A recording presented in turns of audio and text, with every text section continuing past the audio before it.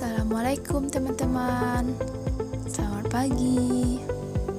Kembali lagi bersama kami kelompok 5 pada mata kuliah Pengauditan 1 tentang materi risiko audit, bukti audit, dan materialitas. Yang terhormat dosen pengampu mata kuliah Pengauditan 1, Ibu Elsa Fitri Amran, SE, MM, MSI. Nah, teman-teman masih ingat nggak nih sama kami anggota kelompok 5? Nah, kalau belum ingat, mari kami ingatkan. Check it out. Anggota kelompok kami yang pertama yaitu Anissa Nur Hakimah. Yang kedua, Ega Prioli Putri. Yang ketiga, Hidayatul Fikri. Selamat menikmati tayangan video dari kami. Pokok pembahasan kita kali ini yaitu 1. Jenis-jenis risiko audit, 2. Menilai risiko audit, 3. Hubungan risiko dan bukti audit, 4. Faktor yang mempengaruhi risiko audit, 5. Jenis bukti audit, 6. Reliabilitas bukti audit, 7. Dokumen audit, 8. Pertimbangan materialitas, yang ke-9 latihan menentukan materialitas. Jenis-jenis risiko audit. 1. Plan detection risk atau risiko deteksi terencana. Risiko ini merupakan ukuran risiko bahwa bukti audit atas segmen tertentu akan gagal mendeteksi keberadaan salah saji yang melebihi suatu nilai salah saji yang masih dapat ditoleransi, andaikan salah saji semacam itu ada. Terdapat 2 poin utama tentang risiko deteksi terencana ini. Pertama, risiko ini tergantung pada ketiga faktor lainnya yang terdapat dalam model. Risiko deteksi terencana hanya akan berubah jika auditor melakukan perubahan pada salah satu dari ketiga faktor lainnya tersebut.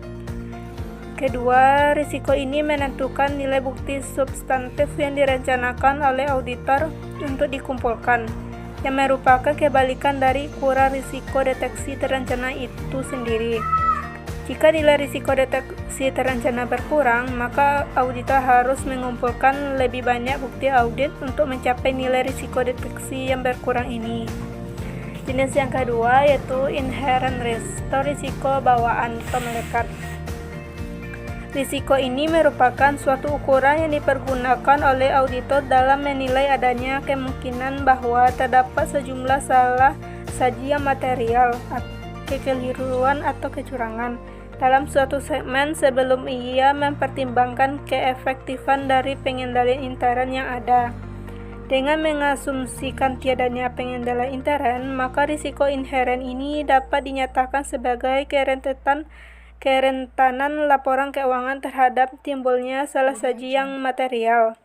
Jika auditor dengan mengabaikan pengendalian intern menyimpulkan bahwa terdapat suatu kecenderungan yang tinggi atas keberadaan sejumlah salah saji, maka auditor akan menyimpulkan bahwa tingkat risiko inherennya tinggi. Pengendalian intern diabaikan dalam penetapan nilai risiko inheren karena pengendalian intern ini dipertimbangkan secara terpisah dalam model risiko audit sebagai risiko pengendalian. Jenis yang ketiga yaitu control risk atau risiko pengendalian.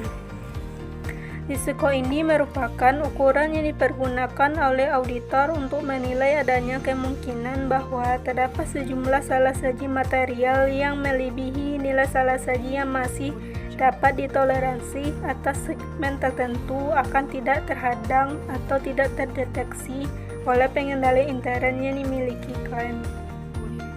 Risiko pengendalian ini memperlihatkan penilaian tentang apakah pengendalian intern yang dimiliki klien efektif untuk mencegah atau mendeteksi terjadinya salah saji. Dan kehendak auditor membuat penilaian tersebut senantiasa berada di bawah nilai maksimum 1% sebagai bagian dari rencana audit yang dibuatnya. Lalu jenis yang keempat yaitu acceptable audit risk atau risiko audit yang dapat diterima. Risiko ini merupakan ukuran atas tingkat kesediaan auditor untuk menerima kenyataan bahwa laporan keuangan mungkin masih mengandung salah saji yang material setelah audit selesai dilaksanakan serta suatu laporan audit wajar tanpa syarat telah diterbitkan. Ketika auditor memutuskan untuk menetapkan suatu tingkat risiko akseptabilitas audit yang lebih rendah, hal tersebut berarti bahwa auditor ingin memperoleh tingkat keyakinan yang lebih tinggi bahwa laporan keuangan tidak mengandung salah saji yang material. Menilai risiko audit. Pertama, menilai risiko akseptabilitas audit. Auditor harus memutuskan tingkat risiko akseptabilitas audit yang tepat bagi suatu audit, dan hal ini lebih baik dilakukan selama fase perencanaan audit. Pertama, auditor harus memutuskan tingkat risiko bisnis serta menggunakan risiko bisnis ini untuk memodifikasi tingkat risiko akseptabilitas audit. Yang kedua, menilai risiko inheren. Pencantuman risiko inheren dalam model risiko audit merupakan salah satu dari konsep-konsep terpenting dalam auditing.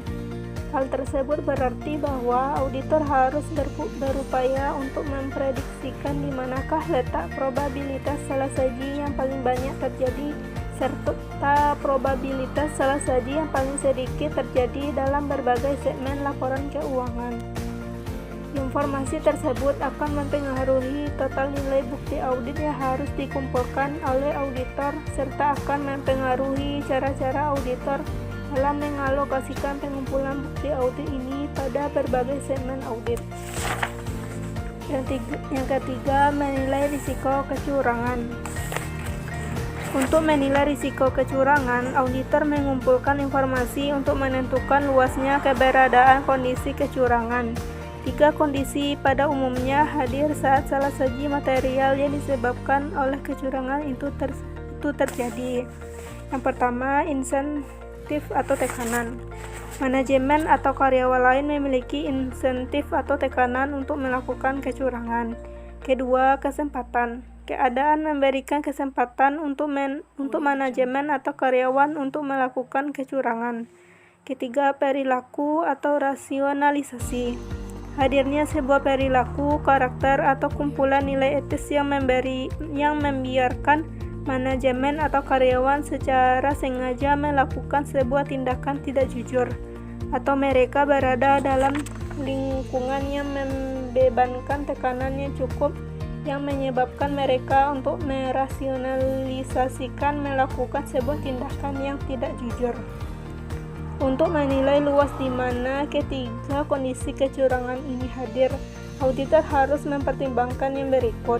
Pertama, faktor risiko khusus yang berhubungan dengan pelaporan keuangan yang curang dan penyalahgunaan aktiva. Kedua, informasi yang diperoleh dari anggota tim audit yang berpengalaman tentang pengetahuan mereka mengenai perusahaan dan industrinya, termasuk bagaimana dan di mana perusahaan bisa dicurigai untuk melakukan salah saji yang disebabkan oleh kecurangan.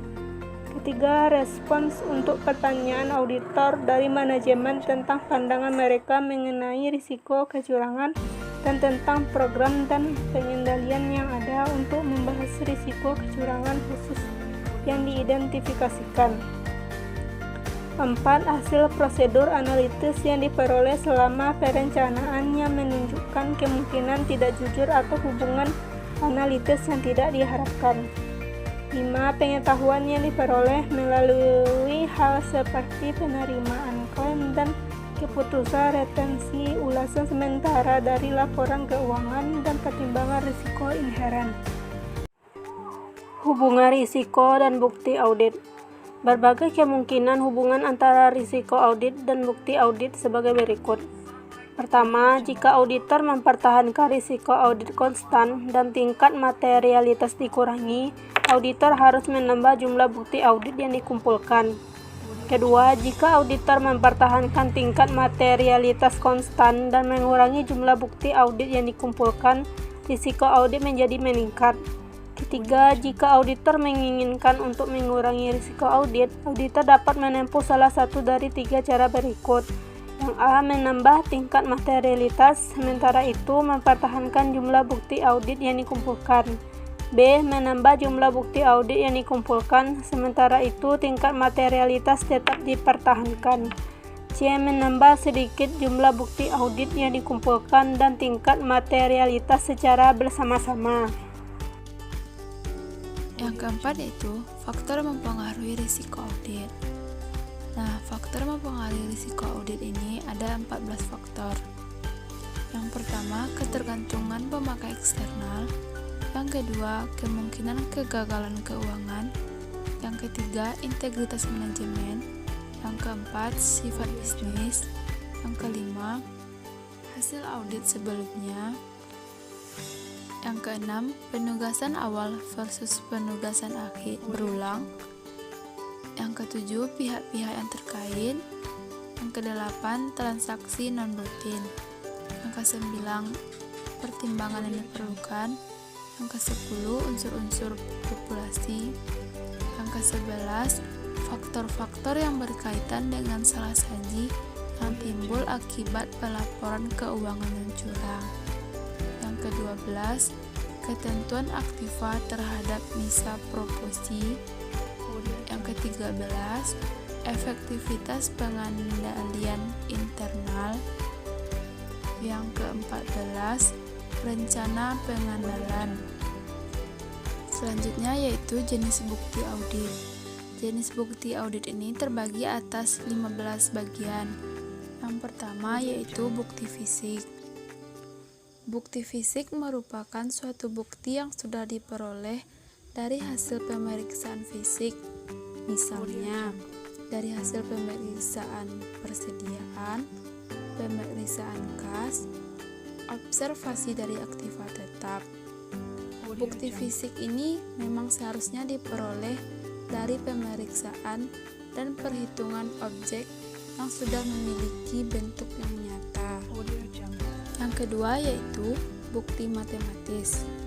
Bukti matematis merupakan bukti yang diperoleh auditor melalui perhitungan langsung. Contohnya, footing untuk penjumlahan vertikal dan cross footing untuk penjumlahan horizontal. Dalam mendapatkan bukti matematis, maka akan melalui sebuah proses. Bukti ini bersifat kuantitatif. Dengan adanya bukti ini, memperjelaskan apakah pekerjaan klien teliti atau tidak dalam pembuatan jurnal. Yang ketiga yaitu bukti perbandingan. Bukti perbandingan ini atau biasa disebut dengan bukti rasio, di mana bukti ini digunakan oleh auditor untuk menghitung rasio likuiditas, profitabilitas, solvabilitas, dan lainnya. Yang keempat yaitu bukti dokumenter. Di zaman serba canggih ini, mungkin setiap auditor telah memiliki bukti dokumenter. Dalam bukti dokumenter terbagi menjadi beberapa bagian. Di antaranya bukti yang dibuat oleh pihak luar dan dikirimkan langsung kepada tim auditor, dan bukti yang dibuat dan disimpan oleh klien saja. Yang kelima yaitu bukti pengendalian internal. Bukti pengendalian internal merupakan bukti yang paling kuat ketika melaksanakan audit. Mengapa begitu?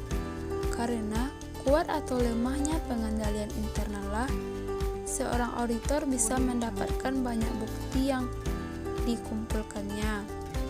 Contohnya, bila risiko pengendalian internal cukup tinggi, hal ini berarti risiko audit yang direncanakan seharusnya rendah.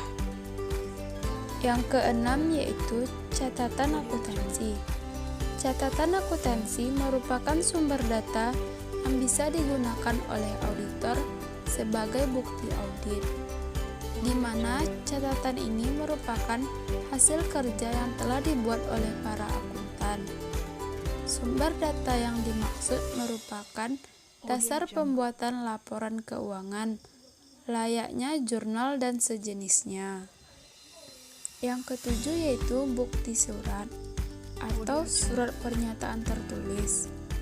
Merupakan surat yang telah ditandatangani seorang individu yang bisa bertanggung jawab dan berpengetahuan mengenai kondisi atau kejadian tertentu. Bisa didapatkan dari manajemen ataupun sumber eksternal, termasuk bukti dari spesialis dan jurnal akuntan. Bukti tertulis merupakan bukti yang sampai saat ini masih akurat dan dapat diperhitungkan kebutuhannya, seperti surat pernyataan konsultan hukum klien, ahli teknik yang berkaitan dengan kegiatan teknik klien yang berasal dari pihak ketiga. Bukti tertulis ini juga dibuat oleh manajemen yang berasal dari organisasi klien tersebut. Yang kedelapan yaitu bukti konfirmasi. Bukti konfirmasi merupakan salah satu proses untuk memperoleh dan menilai suatu komunikasi langsung dari pihak ketiga atas jawaban permintaan informasi tentang unsur tertentu.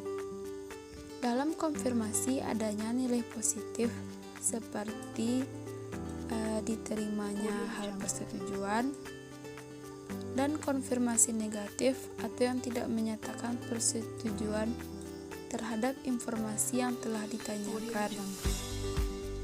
Lalu yang terakhir ada juga blank confirmation, di mana konfirmasi ini responden diminta untuk memberikan informasi lain atau jawaban atas hal yang sedang ditanyakan. Yang kesembilan yaitu bukti analitik. Bukti analitik ini hampir serupa dengan bukti perbandingan, karena bukti analitik meliputi juga perbandingan antara pos tertentu, antara laporan keuangan tahun berjalan dengan tahun yang sudah lewat. Bukti ini dikumpulkan pada awal audit untuk menentukan objek pemeriksaan yang memerlukan pemeriksaan mendalam. Yang ke-10 yaitu bukti observasi. Bukti observasi atau bukti pengamatan merupakan salah satu bukti yang juga termasuk ke dalam proses audit, di mana auditor memiliki kesempatan untuk melihat dan meyakinkan suatu kegiatan yang berhubungan dengan pengumpulan bukti audit. Yang ke-11 yaitu bukti keterangan. Permintaan keterangan dalam prosedur audit merupakan hal yang wajar, di mana hal tersebut dilakukan auditor terhadap objek yang sudah dianggap memiliki informasi. Bukti keterangan ini didasarkan pada adanya auditor yang memastikan buktinya pada para klien. Yang ke-12, bukti penelusuran. Bukti penelusuran dibutuhkan oleh auditor, mengingat terkadang pengumpulan bukti yang dilakukan oleh auditor baik menggunakan dokumen kecatatan akuntansi atau sebaliknya. Bukti penelusuran ini memudahkan auditor dalam menemukan jenis bukti audit lain. Yang ke-13 yaitu bukti lisan atau wawancara. Merupakan bukti yang selanjutnya yaitu hal audit. Banyaknya auditor berhubungan dengan manusia dalam melaksanakan tugasnya, sehingga auditor memiliki kesempatan untuk mengajukan pertanyaan secara lisan dalam bentuk wawancara kepada pihak klien yang diperlukan. Yang ke-14, bukti inspeksi. Inspeksi merupakan pemeriksaan secara rinci terhadap sebuah dokumen dan kondisi fisik yang memiliki kaitan serta menghasilkan bukti untuk mendukung laporan keuangan. Bukti ini termasuk ke dalam bukti dan prosedur dalam audit. terakhir yaitu bukti perhitungan. Merupakan salah satu bukti fisik yang terpecah yang dilakukan dalam auditing. Auditor akan mendapatkan bukti setelah melakukan counting. Perhitungan ini sejenis dengan pengujian detail transaksi. Hal ini berguna untuk mendapatkan kebenaran transaksi, ketetapan otoritas transaksi akuntansi klien, dan kebenaran lainnya. Oke, baik, kita akan lanjutkan yaitu tentang reliabilitas bukti audit. Terdapat 6 karakteristik reliabilitas bukti audit. Yang pertama, independensi penyedia bukti. Bukti yang diperoleh dari luar entitas lebih dapat diandalkan dibandingkan dengan bukti yang diperoleh dari dalam entitas, seperti komunikasi dari bank, pengacara, atau para pelanggan.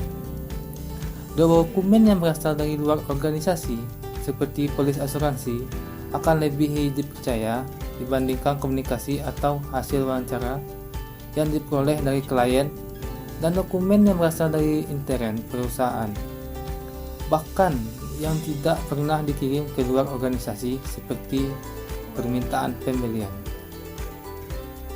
Yang kedua, efektivitas penilaian intern klien. Bukti audit lebih dapat diandalkan jika penilaian intern klien efektif dan bukannya lemah. Yang ketiga, pengetahuan langsung auditor. Bukti auditor yang diperoleh langsung oleh auditor melalui pemeriksaan fisik, observasi, perhitungan ulang, dan inspeksi akan lebih dapat diandalkan ketimbang informasi yang diperoleh secara tidak langsung. Yang keempat, kualifikasi individu yang menyediakan informasi. Meskipun sumber informasi bersifat independen, bukti audit tidak dapat diandalkan kecuali individu yang menyediakan informasi tersebut memenuhi kualifikasi untuk itu. Selain itu, bukti yang diperoleh langsung oleh auditor tidak dapat diandalkan jika auditor tidak memenuhi kualifikasi untuk mengevaluasi bukti tersebut. Yang kelima, bukti yang objektif lebih dapat diandalkan dibandingkan bukti subjektif. Contohnya, bukti objektif adalah konfirmasi piutang usaha dan saldo bank. Dan terakhir atau yang keenam, ketetapan waktu.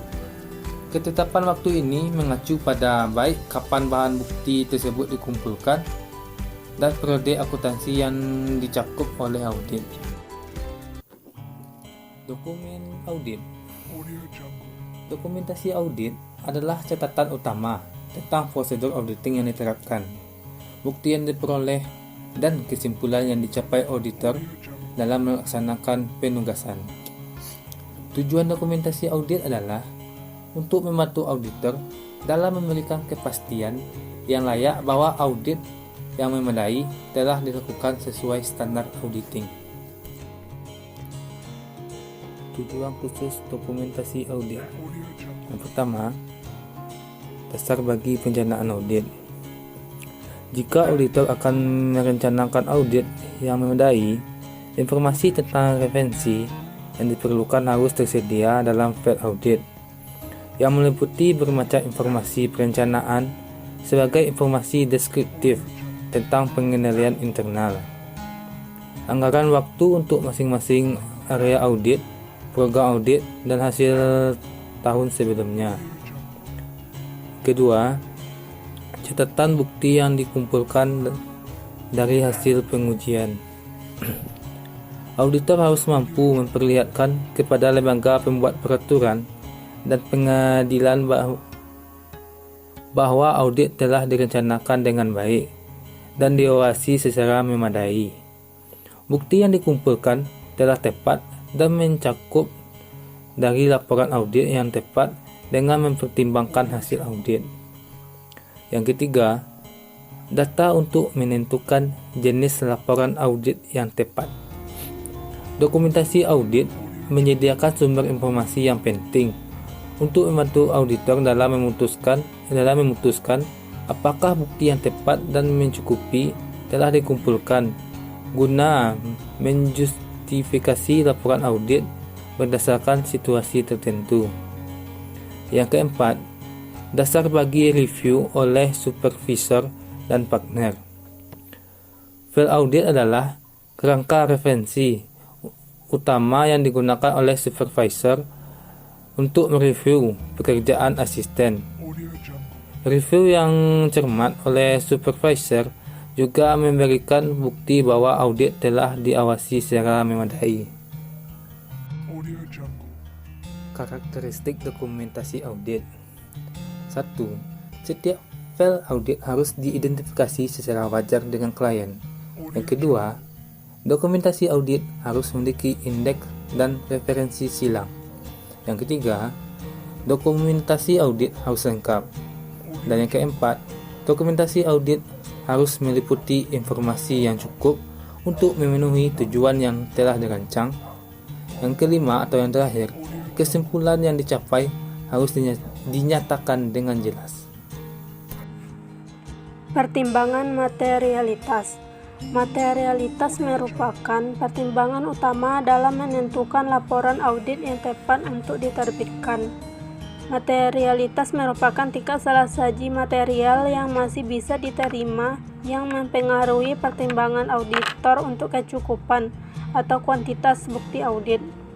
Atau definisi lain, materialitas adalah besarnya nilai yang dihilangkan, salah saja informasi akuntansi, yang dilihat dari keadaan yang melingkupinya dapat mengakibatkan perubahan atas suatu pengaruh terhadap pertimbangan orang yang meletakkan kepercayaan terhadap informasi itu, karena adanya kehilangan atau salah saji. Berdasarkan SA Seksi 312, risiko audit dan materialitas audit, dalam pelaksanaan audit harus mempertimbangkan materialitas dalam hal 1. Perencanaan audit, 2. Pengevaluasian akhir, apakah laporan keuangan secara keseluruhan disajikan secara wajar sesuai pernyataan standar akuntansi publik atau PABU. Selanjutnya, tingkat materialitas. Yang pertama, materialitas pada tingkat perencanaan merupakan keputusan yang ditetapkan pada saat perencanaan audit, meliputi tingkat materialitas pada laporan keuangan dan saldo akun. Yang kedua, materialitas pada pelaksanaan audit digunakan pada saat mengevaluasi bukti audit atau salah saji dalam pelaksanaan audit, agar salah saji kewajaran laporan keuangan tidak melebihi tingkat materialitas. Contohnya, jumlah material dalam laporan keuangan entitas tertentu mungkin tidak material dalam laporan keuangan entitas lain yang memiliki ukuran dan sifat yang berbeda. Maka, auditor dapat menyimpulkan bahwa tingkat materialitas akun modal kerja lebih rendah bagi perusahaan yang berada dalam situasi bangkrut bila dibandingkan dengan suatu perusahaan yang memiliki current ratio. 1. Pertimbangan awal tentang materialitas atau materialitas perencanaan. Pertimbangan materialitas mencakup pertimbangan kuantitatif dan kualitatif berkaitan dengan hubungan salah saji dengan jumlah kunci tertentu dalam laporan keuangan. Pertimbangan kualitatif berkaitan dengan penyebab salah saji. Contoh pertimbangan kuantitatif dan kualitatif yang dilakukan oleh auditor. Yang pertama, laba bersih sebelum pajak dalam laporan keuangan. 2. Total aktiva dan ekuitas pemegang saham dalam neraca. Yang kedua, pertimbangan materialitas pada tingkat laporan keuangan. Auditor menggunakan dua cara dalam menerapkan materialitas, yaitu 1. Auditor menggunakan materialitas dalam perencanaan audit dengan membuat estimasi materialitas karena terdapat hubungan terbalik antara jumlah dalam laporan keuangan yang dipandang material oleh auditor dengan jumlah pekerjaan audit yang diperlukan untuk menyatakan kewajaran laporan keuangan. Yang kedua, pada saat mengevaluasi bukti audit dalam pelaksanaan audit. Dalam perencanaan audit, auditor harus menilai materialitas pada dua tingkat penilaian materialitas. 1. Tingkat laporan keuangan. Karena pendapat auditor mengenai kewajaran meluas sampai laporan keuangan secara keseluruhan. Materialitas laporan keuangan adalah salah satu minimum keseluruhan laporan keuangan yang cukup penting yang merupakan salah satu material yang dapat dipertimbangkan. Adapun petunjuk umum dalam praktik untuk menentukan tingkat materialitas. Laba bersih sebelum pajak 5% sampai 10%, tingkat aktiva total 0,5% sampai 1%, tingkat ekuitas 1%, laba kotor 0,5% sampai 1%. Kedua, tingkat saldo akun. Karena auditor menguji saldo akun dalam memperoleh kesimpulan keseluruhan atas kewajaran laporan keuangan. Materialitas saldo akun adalah salah satu minimum yang dapat muncul dalam suatu saldo akun hingga dianggap mengandung salah satu material yang masih bisa ditoleransi. Angka 9 yaitu latihan menentukan materialitas. Nah, contoh soal yang pertama yaitu pada tingkat materialitas laporan keuangan. Diasumsikan soalnya PT XYZ mempunyai total aktiva 100 miliar rupiah. Terjadi salah saji sebesar 700 juta rupiah. Apakah pendapat auditor mengenai salah saji materi pada laporan keuangan PT XYZ sudah wajar atau tidak? Yang pertama yang perlu kita lakukan yaitu menghitung tingkat materialitas total aktiva, yaitu dengan cara 1% dikali 100 miliar dapat 1 miliar. Salah sajinya yaitu sebesar 700 juta rupiah. Jadi pendapat auditor jika salah saji sebesar 700 juta rupiah berarti kurang dari nilai tingkat materialitasnya sebesar 1 miliar atau 700 juta rupiah kecil dari 1 miliar. Maka total aktiva wajar karena tidak melebihi tingkat materialitas sebesar 1 miliar. Maka pendapat auditor artinya yaitu sudah wajar karena tidak melebihi dari tingkat materialitas yang sudah didapatkan, yaitu sebesar 1 miliar. Yang kedua yaitu untuk contoh soal pada tingkat materialitas saldo akun. Diasumsikan jika PT ABC mempunyai total aktiva 100 miliar rupiah dan diketahui alokasi materialitas pada tiap akun yaitu kas sebesar 5%, piutang usaha 15%, persediaan 30%, dan aktiva tetap 50%. Apakah pendapat auditor mengenai salah satu material saldo akun PT ABC sudah wajar atau tidak? Jika diketahui salah satu tiap saldo akun berikut ini. Yang pertama, kas sebesar 400 juta rupiah. Yang kedua, piutang usaha sebesar 200 juta rupiah. Yang ketiga, persediaan sebesar 200 juta rupiah. Yang keempat, aktiva tetap sebesar 300 juta rupiah. Maka untuk penyelesaiannya yang pertama kita lakukan yaitu menghitung tingkat materialitasnya, yaitu 1% dikali 100 miliar dapat 1 miliar.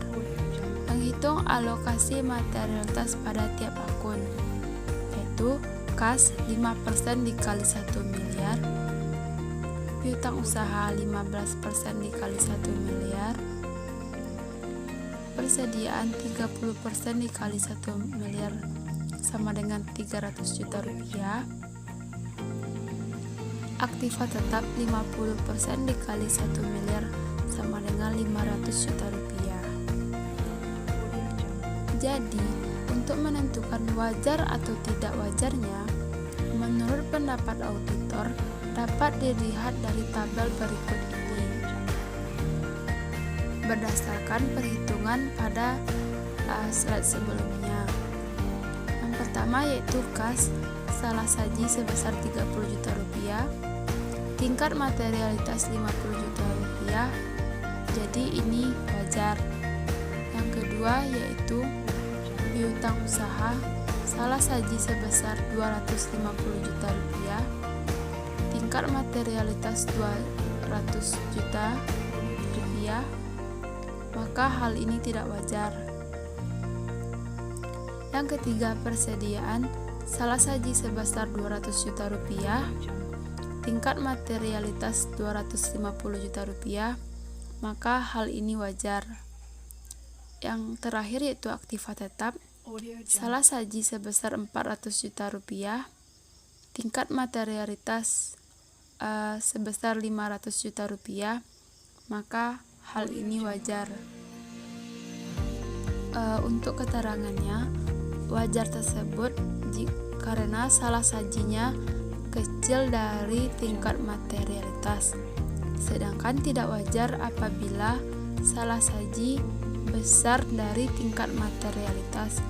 Itulah kenapa piutang usaha dikatakan tidak wajar, karena salah saji besar dari tingkat materialitas yang telah ditentukan. Oke teman-teman, sampai di sini saja pembahasan kita untuk kali ini. Mungkin kalau ada kata-kata kami yang salah, kami mohon maaf. Kami akhiri dengan Assalamualaikum warahmatullahi wabarakatuh.